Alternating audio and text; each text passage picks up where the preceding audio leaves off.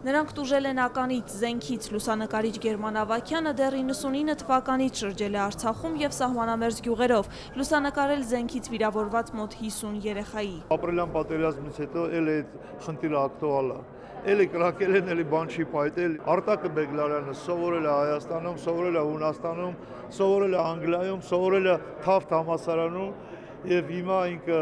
աշխատում է պրես-կարտուար Ղարաբաղի վարչապետի։ Մի քանի ամիս շարունակ հումանիտար ականազերծման եւ փորձագիտական կենտրոնը դպրոցներում, բուհերում իրազեկել է անվտանգության կանոնների մասին, ինչպես խուսափել աննկատականից։ Յուրաքանչյուր դպրոցից երկուական ուսուցչի հետ անցկացվել է արդեն տետատետ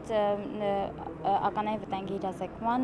ուսուցումներ։ Ծրագրին աջակցել է Ճապոնիայի կառավարությունը։